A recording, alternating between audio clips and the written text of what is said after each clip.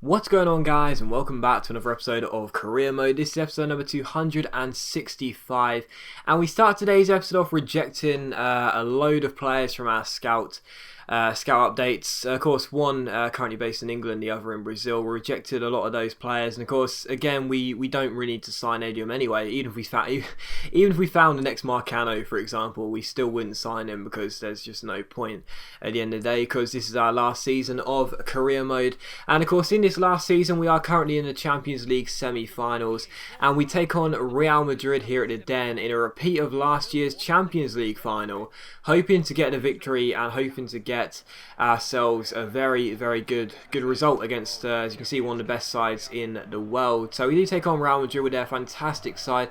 Obviously, a few new gens and regens here, but a couple of them that I've scouted, including that Malo Novagil guy, seem very, very good. So obviously Real Madrid have a great side. We've got a great side as well. So the stage was set at the Den for a very, very tense and very, very, very nerve-wracking 90 minutes here. And the first chance fell to us in the 14th minute. I had a free kick with Eric Dier, but I struck it over the bar and it went out for a goal kick. And we'll have to wait until the 43rd minute for another chance here in this game, as Oxlade-Chamberlain collects the ball, finds Suso. Suso finds his man Oscar Polo. Polo with a quick fake shot, keeps on going, heel to heel flick, fake Rabona, plays that wide towards Eric Dier. He gives it to Luke Shaw down the left hand side, takes on his man, beats him, keeps on going, fizzes in a cross, and Suso's shot goes wide. So good opportunity there, but the Spaniard's shot couldn't hit the target. It was still 0-0.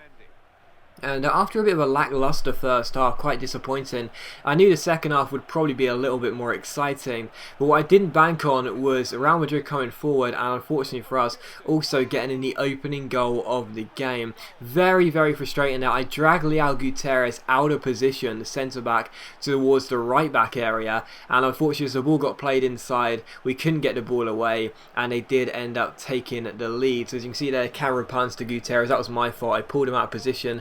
And of course he wasn't in the area to help out with the defence. So a really, really good finish there, no doubt about it, by the Real Madrid man. But the reality was the defending was really poor, and obviously I take all the blame for it, really, not just pass it around. I take all the blame for that poor defending. So Middlesbrough 0, Real Madrid 1, and we are behind in this game. Not a good start to the second half at all. And in the 55th minute, I give the ball away with Escalainen here. Real Madrid come forward again, and as Isco collects the ball, he shoots. Butland saves it, but Neymar dives in and makes it Millwall 0, Real Madrid 2, and in the space of 6 minutes we are 2 goals down here at the Den as Neymar scores. And I was sitting there thinking that's just poor. I mean, like, if the first goal wasn't bad enough in terms of defending, that was shocking. With Escalainen, I give the ball away, Gutierrez is playing catch up, Butler makes a great save to bail me out, but unfortunately Neymar slides in and makes it Millwall 0, Real Madrid 2, and we couldn't afford to have this scoreline going back to the Bernabeu because they would punish us. So we needed to get ourselves a goal back here in this time, as Luke Shaw bursts down the left hand side. He's got the pace, he keeps on going,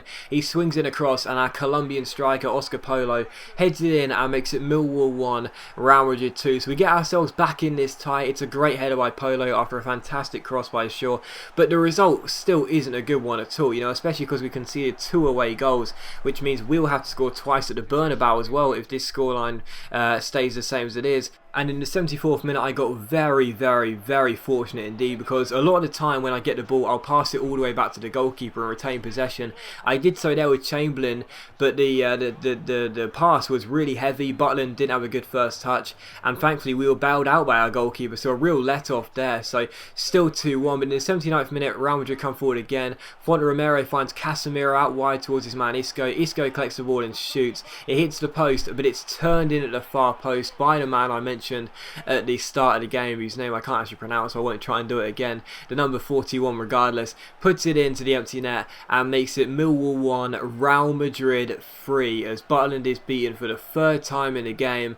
And I'm sitting there thinking, I just couldn't defend in this game. Like, I could not defend at all. Yes, when I went forward I looked quite threatening, but defensively I was all at sea, and Real Madrid punished me. So Millwall 1, Real Madrid 3, as the man puts it in there into the roof of the net. And that moment right there, just he struck the ball with Butland on the floor looking looking at it, that basically summed up the game. If there was one picture to define that game, it was that, because Butland was just all at sea, the defence was all at sea. That was my fault, obviously, and Real Madrid punished me. It was a really weak defensive display. We lost 3-1, and that means we've got it all to do at the Bernabeu. We'll have to score 3 away goals, because of course Real Madrid have got 3 themselves. If we win the game 2-0, we'll still go out on the away goal ruling, so we've got it all to do now. It's a real blow, and I don't know whether we're going to be able to do it. I mean, at the end of the day, yes, we're the best side in the world. I know Real Madrid are one of the best, if not the second best, but we can do it. We've done difficult things before. We've overcome difficult challenges before.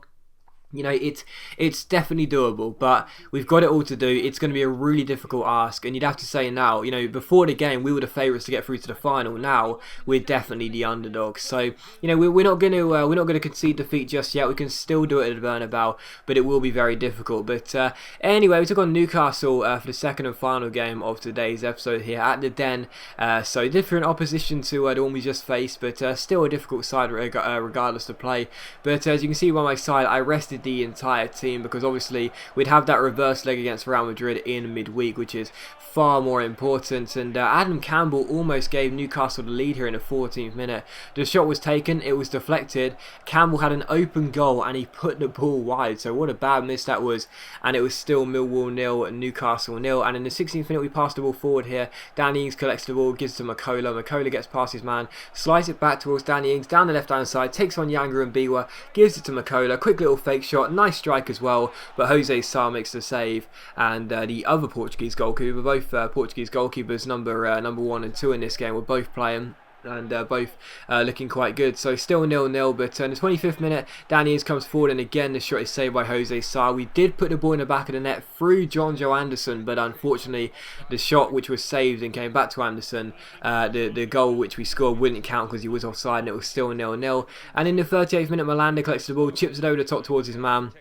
He's offside, so I let Jose Sá run onto the ball, but he runs straight into Makola.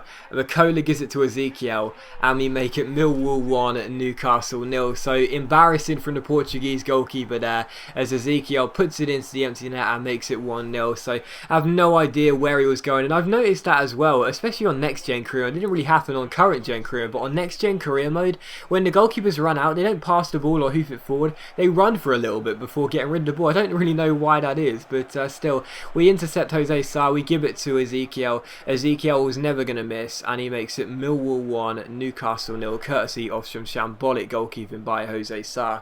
And I'm very pleased to be in front. So 1-0, and on the stroke of half time, another opportunity here as Rodrigo gets intercepted. Ezekiel rolls through Danny Ings, really good opportunity, and Danny Ings does take it as well to make it Millwall 2 and Newcastle 0. So he scored 2 late goals in the first half. Ings gets this one. It was a really good strike with the outside of his right boot. He smashed it into the top corner and made it Millwall 2, Newcastle 0. So despite having a complete backup side out there, I still felt confident, to be honest. That's no disrespect to Newcastle, but we are a far superior squad, let alone team, and I was very pleased to get the second goal of the game there. So Ings gets it, and again, good old reliable Danny Ings. I've talked about him before. He never lets you down. Whenever you play him, he'll get you goals, and Ings does make it Millwall 2, Newcastle, and definitely someone I'll think about signing next year for my career mode, depending on what team I start at. But still, Millwall 2, Newcastle 0, and in the 50th minute, he sees Newcastle go down the right hand side. Good opportunity here as they suck Kevin Bartley out, cross the ball into the centre, and Castaños won the header, but he couldn't put it on target, and it goes behind for a goal kick. So a real let off there. Newcastle, you know, in the second half, if they wanted to get themselves a point, they had to score early. They had the opportunity, but they didn't take it, and from that we broke a few minutes later. Ezekiel found Danny Ings, who finesses the ball past Jose Sá and makes it Millwall 3, Newcastle 0. So really, we looked threatening every time we came forward, whereas Newcastle didn't at all. They were very weak defensively as John Johannesson polishes the wrong boot. Gotta love it when that happens, and we make it 3-0 here at the Den. And you know, again, with a weaker side, with a backup side, I was sitting there thinking maybe Newcastle could pressure us and make us feel a little bit nervous in this game, maybe sneak a point off us, but the reality was Danny Ings was reliable, scored 2 goals here. The whole side was on form really, and we were now 2 goals up and cruising to victory here at the end. So Millwall 3, Newcastle 0. Even we're 3 goals up. Millwall 3, Newcastle 0. And one of the last chances here fell in the 64th minute. Newcastle went down the left hand side. Good opportunity here. They crossed the ball to the far post, but the header is across the face of the goal. It does go in, and they get themselves a consolation goal. So 3-1 the final score. We still get the victory. We still get the win. Disappointing to throw away the clean sheet, but at least we got the win. And it's good motivation going into the game against Real Madrid in midweek at the Bernabeu in the Champions League semi-final second leg. So as always guys, a big thank you for watching the video. I really hope you have enjoyed. If you have enjoyed the episode, please leave a like, and I'll see you for the next episode of Career Mode very soon.